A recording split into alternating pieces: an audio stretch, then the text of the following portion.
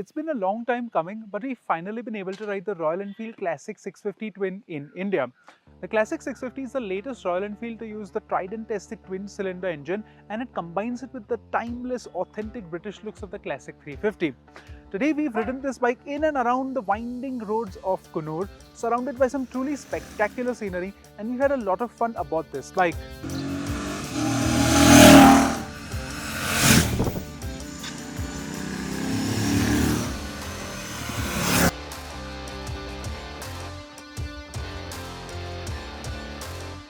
Probably one of the strongest driving forces behind someone's purchase of the Classic 650 is going to be its design. While this is unmistakably a classic in terms of its silhouette, the sheer size of this bike as well as the additional pea shooter is going to instantly give away that this is the bigger Classic. Fit and finish and attention to detail is absolutely top notch on a bike at this price point, and you get things like chromed out switch cubes and wheel hubs on all the variants. In fact, the top variant we have with us has bodywork that's almost entirely chrome. The Classic 650's feature set is very similar to the smaller 350s. You get the same digi analog display and the USB charger over here. You also get adjustable levers and a slip and assist clutch, but that's about it. And if you're the sort of person that wants their bike to have a lot of features, I don't think this is the right bike for you. While this is certainly a head turner of a motorcycle, one little chink in its armor is that there is a bit of a gap between the fender and the rear wheel. It's not an eyesore or anything like that, but on this gorgeous motorcycle, it stands out like a sore thumb. While the bike you have been seeing and will continue seeing for the rest of the video has that sexy solo seat, custom bikes will be coming with the pillion seat and the frame upon which it is mounted. You can choose to remove the pillion seat and the frame for the more cleaner look, but the issue is that all of this is mounted to this bolt, which also holds the shock absorber in place. I'm not sure how confident I'd be in fiddling around with such an important structural element of the bike.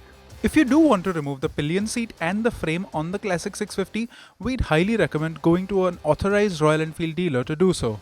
Aside from its gorgeous design, another reason why people will choose the Classic 650 Twin is their engine.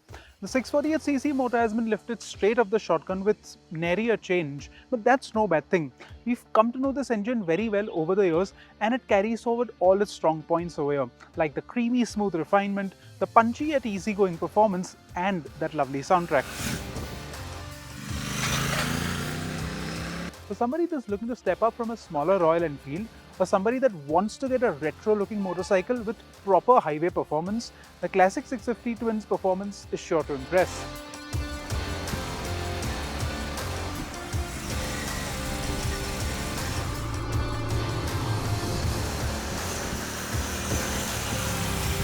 At 243 kilos, the Classic 650 is a big heavy thing. In fact, it's heavier than an R1300 GS.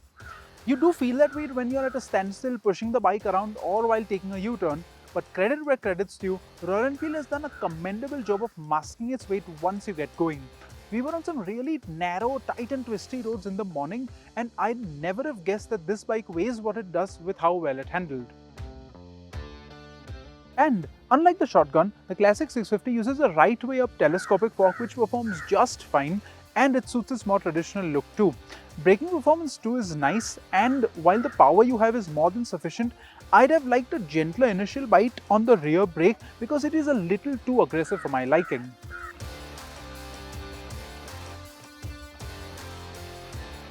The Classic 650's rider triangle is also spot on, and you're seated in this nice upright commanding riding position just like its smaller sibling. You could easily spend long hours in this saddle, and this would have made for a great touring companion.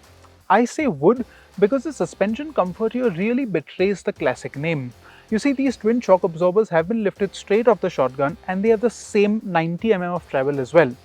Royal Enfield tells us that the Classic suspension tuning is a little different to the shotgun, but over the few bumps that I did encounter today, it didn't have that same plush, absorptive feeling that I've come to know and associate with the Classic 350.